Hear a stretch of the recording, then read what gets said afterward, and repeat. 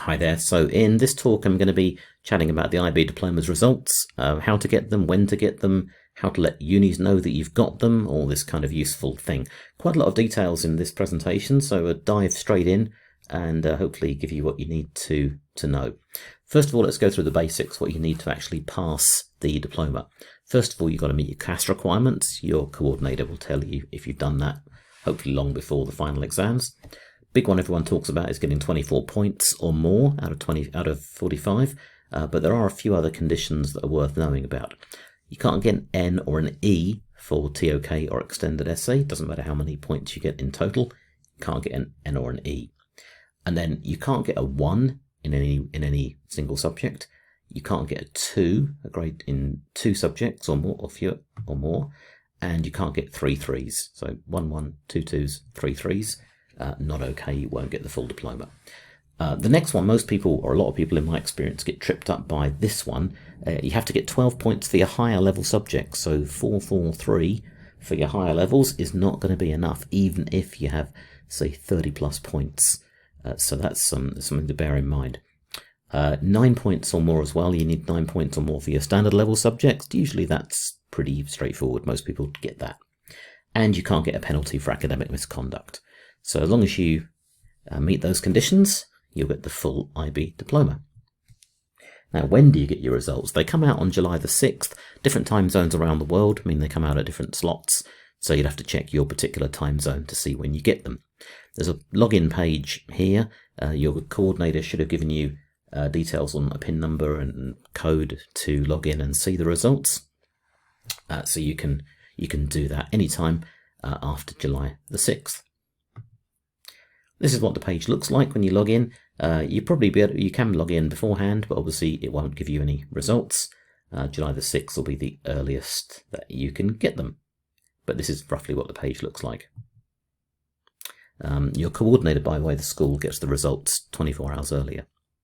Now, on the time it says when your results are going to come out, very often people log in and the site crashes, which I appreciate isn't really what you want to hear after waiting so long to get the results, but that's the reality. A lot of people trying to log in to get these results. A few things you can do, a few tips to try and help you here. Different browser sometimes helps. Funnily enough, Firefox, the IB sites were built around using Firefox. So if you get hold of that, it's free. Sometimes that actually works better. Obviously make sure you've unblocked any pop-ups or make sure pop-ups can work. And if all else fails, then just try again later, go for a walk, talk to your family, do something else for a while. Your results are not going to change if you log in half an hour or even an hour later. I appreciate that's easier said than done, but sometimes just having an alternative while the website is becoming available is a good idea. Now, a few things to talk about here is before you get your results, the request for services is really important. This is basically how you tell your university or college what your grades are. So universities want to know this as soon as possible. So you need to fill in a form that gives IB some basic information about the universities you've applied for, and then IB will ping off the official results actually on July the 5th. So your universities will know if you've met the grades or the conditions that they've asked for entry. Don't give the universities your PIN code. They're not going to log in for you. Don't give them a screenshot because they just simply won't accept that as evidence. And if you wait until July the 5th or after July the 5th, your diploma coordinator can't actually log in any longer. You'll have to do it yourself, and there's a small fee. It's around about $17, I believe. There's a link there at the bottom if you do that, but I strongly recommend you do this beforehand. There's a few rules attached to this. You can't have more than 6 institutions worldwide. No more than those can be kind of more than 3 from Canada and the US, and of those, only 1 of those from the US. As I said, there are a few extra fees if you do it after July the 5th. Some universities, very few these days, but some of them do require paper, the results to be sent on paper. And if you're going to one of those, it can obviously take a bit longer because they need posting. If you're going through an admission centre, such as UCAS, then you've only got to send 1 request, which is very handy. So, for example, you're applying for 4 universities in the UK through UCAS. All you need is your 10-digit application number, and the IB site will ping off your result to the 4 different universities. You can see what's going on as well if you want to check what you've done for this by going to the IB candidate website. This is what it looks like, a random form or sample form. Economics and monkey studies. I suspect it's money studies, so be very careful you do fill in the right details.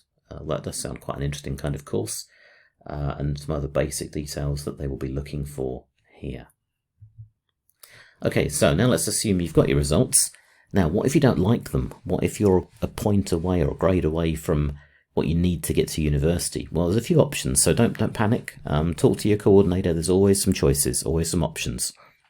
So do bear that in mind. First thing you can think about is a remark. If there's a chance the grade may change, this is going to be called a Category 1 remark. That's where IB checks the externally assessed material, like your final exams. Now bear in mind that grade here can go down or up. It's not guaranteed to stay at the grade that was originally given. The success rate for this, in my experience, somewhere between 10 and 15%, even if you are right on the boundary of the next grade up. In my experience, as I said, that there's not a huge success rate.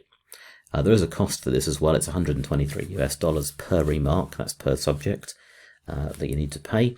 If the grade does go up overall, then IB will refund that amount. Now let's have a look here at some sample answers so you understand this. So this one here, you can see the final grades do add up to more than 24. No issues there, so full diploma would be awarded to this student. Now let's have a look at the first few subjects. In Vietnamese A, you can see the overall total was 58 out of 100 for this student. It's weighted, so it appears like this. And you can see the lower boundary for a grade 4 is 49, and to get more than a grade 4, you'd have to get over 60. So this student needs 3 marks. 58 plus 3 would give you 61. That would push them into a grade 5. Okay.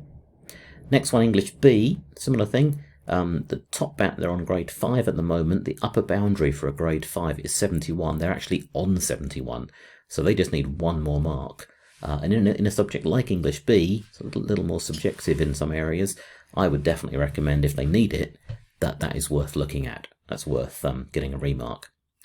The next one, however, business management, they're on a 5, they're on a grade 5, but their total is 51 and the lower boundary is 50. So they are 9 marks away. It's about as far away as you can get from going up. I would highly recommend not getting a remark because, as I say, it's only got to go down 1 point and you're down to a grade 4. You don't need that. So not good. So quick look at this one. I would say English B and possibly physics, only 1 mark away. They could be worth looking at for getting remarks. And you'll be able to see this as well when you get your results. So this is the Category 1, as I was talking about there. Grades can go up or down, so your parents or caregiver will need to get permission. And if the grade does go up, you get your money back. Next option is a Category 1 report. So you have to do the Category 1 remark first, and if you think there was a mistake, you can ask for a full report. And the report is not a remark, but they'll send you all the material related to the remark that you got. So you'll be able to see examiners' grades, possibly comments. They don't always have to give comments, but often they do. So you'll see if there was a technical error or some sort of problem. It's pretty rare, the report, but it is an option. Category 2A is the return of externally assessed material. There's a few options here. You can do it for the whole subject, or you can do it for individual students. It's pretty rare, that one. Not so many people use that. That's not actually a remark. It's just returning material. And then Category 3 is a remoderation. So this is the IA one, if you like. So when your work gets sent off, a random sample of student work gets graded. If the school thinks there's a problem with that, or it wasn't fair, or it wasn't what they thought it was going to be, they can ask to get all of that work remoderated. Now, for this particular one, there isn't the grades can't go down; they can only increase or stay the same. That's because the school doesn't have to ask everybody's consent to get that. And the deadline for all of these is September 15th for May schools and 15th of March for November schools. So say talk to your counsellors, talk to your coordinators, get some advice, and then you can decide what you need to do. Now, when do you get your diploma? Physical copies usually come through around about September for May session schools, and on that you'll get a statement of results, that's one page, and then you'll get the full diploma if you did the full diploma on a second separate page. If you're doing IB courses, you just simply get the statement of results. Legalization of results, I'll whip through this pretty quickly, doesn't always apply. Some countries want your IB documents to be legalized. If you're going to do that, there's a cost involved, so $167 US at present. These are the countries that require it, but not all of them. If you go to certain universities, they won't need it. So even if your country is listed here, check with your university to be really sure they actually need it. And then retakes. If you want to retake an exam, that's also possible.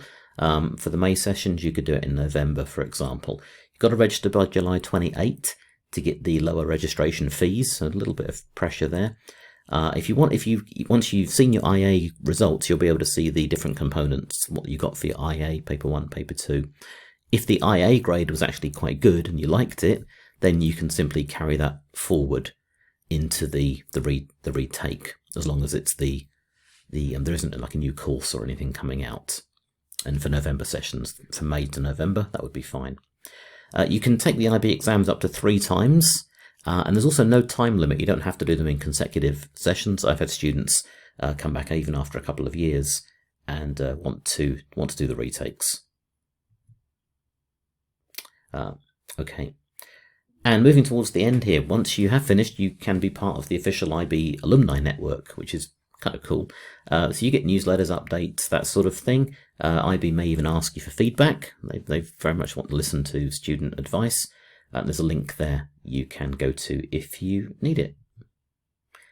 And finally, there's an overall link here where you can get all the official details. I've got most of my information from. You can go there if you need more. So I hope that was useful. Hope your results are amazing and exactly what you need. And if you did like this presentation, please feel free to like and subscribe. Thank you very much.